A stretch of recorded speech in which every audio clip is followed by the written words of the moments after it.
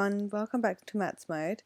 I would want to go through a question from a GCSE higher tier paper that was done in November 2018. So the first question is,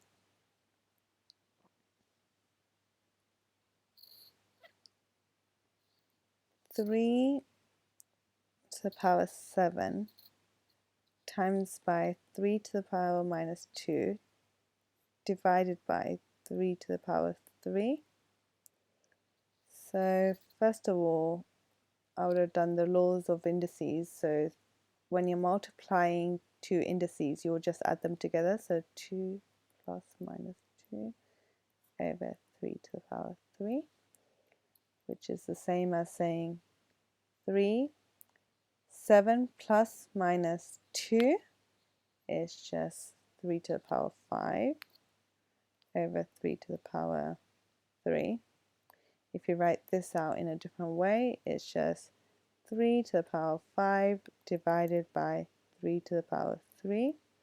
And in the indices law, it's subtraction instead of divide. So 3 to the power 5 minus 3, which means it equals to 3 to the power 2, which means that equals to 9.